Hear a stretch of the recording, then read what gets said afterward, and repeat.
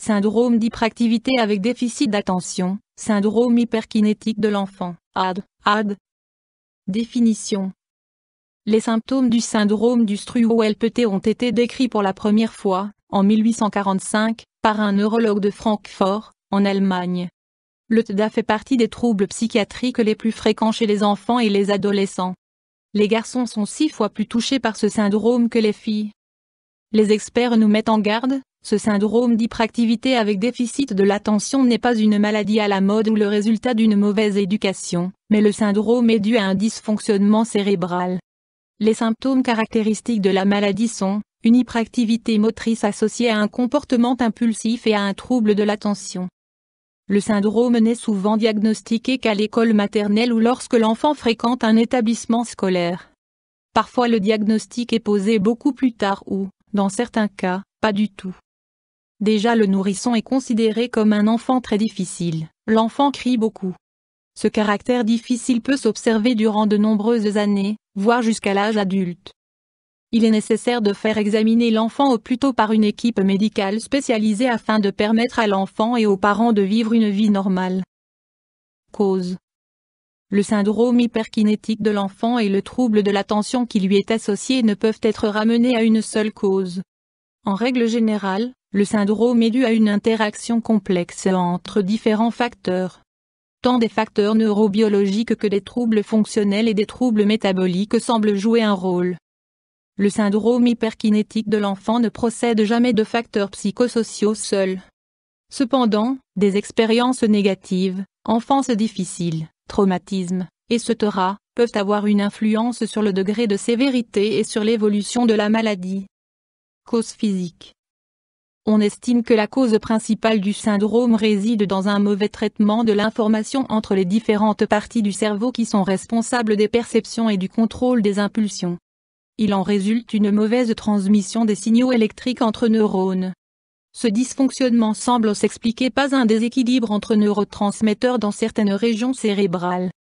D'autres conditions médicales peuvent s'accompagner de symptômes qui ressemblent au syndrome hyperkinétique de l'enfant, comme la schizophrénie, l'épilepsie, certaines formes d'autisme ou l'hyperthyroïdie. Facteurs de risque. Prédisposition héréditaire. Les membres de la famille d'un enfant hyperkinétique présentent un risque de 10 à 15% de développer le même syndrome. La probabilité de développer un syndrome hyperkinétique est de 80% chez un jumeau univitellin et de 30% chez un jumeau bivitellin lorsque l'autre jumeau en est atteint. Quotient intellectuel trop élevé ou trop bas. Autres maladies concomitantes ou leur traitement médicamenteux. Facteurs psychosociaux pouvant aggraver le syndrome hyperkinétique. Relations familiales difficiles, disputes entre parents, séparation, décès. Affection psychiatrique dans la famille. Mauvaise éducation, inconsistance, manque de structure, critiques fréquentes, punitions inappropriées. Facteurs de risque pendant la grossesse ou au cours de la naissance. Abus d'alcool, de nicotine ou de drogue chez la mère. Manque d'oxygène au moment de la naissance. Troubles, symptômes. Le syndrome hyperkinétique présente 3 caractéristiques principales. Trouble de l'attention, l'enfant étant facilement distrait. Comportement impulsif. Hyperactivité motrice. D'après la classification internationale des troubles psychiatriques, IC10, le diagnostic peut être porté lorsque les 3 symptômes principaux sont présents dans au moins 2 domaines. Trouble de l'attention présent dans tous les domaines de la vie journalière. Enfant facilement distrait. Trouble de la concentration, l'enfant fait de nombreuses fautes, n'a pas beaucoup de patience pour effectuer des tâches qui demandent de l'exactitude, bricolage, jeu, etc. L'enfant passe rapidement d'une activité, qu'il laisse inachevée, à une autre, se montrant incapable de se fixer durablement sur une tâche. Incapacité de faire les devoirs pour l'école, l'enfant a un comportement peu discipliné. La vie des enfants hyperkinétiques manque de structure, ils oublient, déplacent et perdent tout. Comportement impulsif comme des montres épars. Activité sans réflexion préalable. Impatience excessive. L'enfant parle beaucoup, à haute voix, change fréquemment de sujet, interrompt la conversation des autres. Mauvaise intégration au sein d'un groupe, l'enfant doit se faire remarquer en permanence. Perturbation des processus familiaux ou scolaires. Les enfants hyperkinétiques se sentent très vite menacés et sont très agressifs. Fluctuation de l'humeur, irritabilité, accès de colère. Intolérance aux frustrations, l'enfant réagit de façon excessive suite à une critique aux frustrations, l'enfant réagit de façon excessive suite à une critique. Hyperactivité motrice comme démontre Épar. Hyperactivité motrice, l'enfant gesticule avec les mains et les pieds et est incapable de rester assis, les enfants sont toujours en action. Les enfants supportent mal le silence, toutes leurs activités et leurs jeux sont très bruyants. Autres symptômes.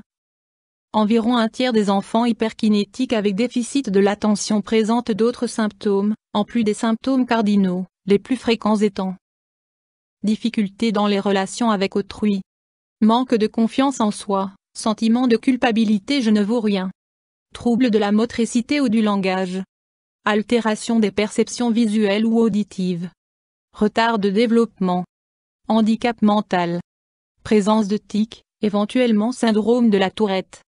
Troubles psychiques, humeur dépressive, troubles anxieux, réaction de dépit. Examen, diagnostic. Chez tous les enfants hyperactifs, inattentifs, très impulsifs, ne réussissant pas à l'école et présentant des troubles du comportement, le diagnostic de syndrome hyperkinétique de l'enfant doit être envisagé. Anamnèse avec prise en compte des symptômes et des antécédents médicaux personnels et familiaux.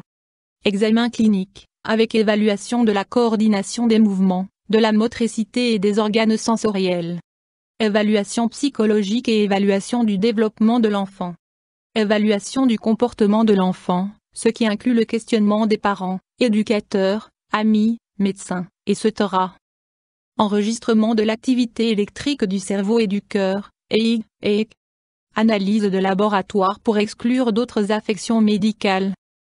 Exclusion d'autres maladies comme le syndrome d'Asperger, la schizophrénie, l'épilepsie, les affections thyroïdiennes. Exclusion d'autres troubles psychiatriques comme les dépressions, les troubles obsessionnels, etc. Options thérapeutiques. Mesures non médicamenteuses. Éducation des parents et de la famille, éventuellement thérapie familiale. Information et intervention à l'école maternelle, à l'institut scolaire, avec éventuellement placement de l'enfant dans un institut spécialisé. Thérapie comportementale de l'enfant ou de l'adolescent. Traitement des troubles concomitants, en cas de besoin, mesures psychothérapeutiques et éducatives. Évolution. Actuellement, il n'existe pas de médicaments permettant de guérir la maladie. Les médicaments disponibles permettent d'atténuer les symptômes mais pas la cause de la maladie. Les résultats des études portant sur l'évolution de la maladie ont été publiés récemment. D'après ces données, les troubles semblent s'atténuer progressivement après la puberté. À l'âge de 18 ans, près d'un tiers des sujets hyperkinétiques présentent encore au moins un symptôme cardinal de la maladie.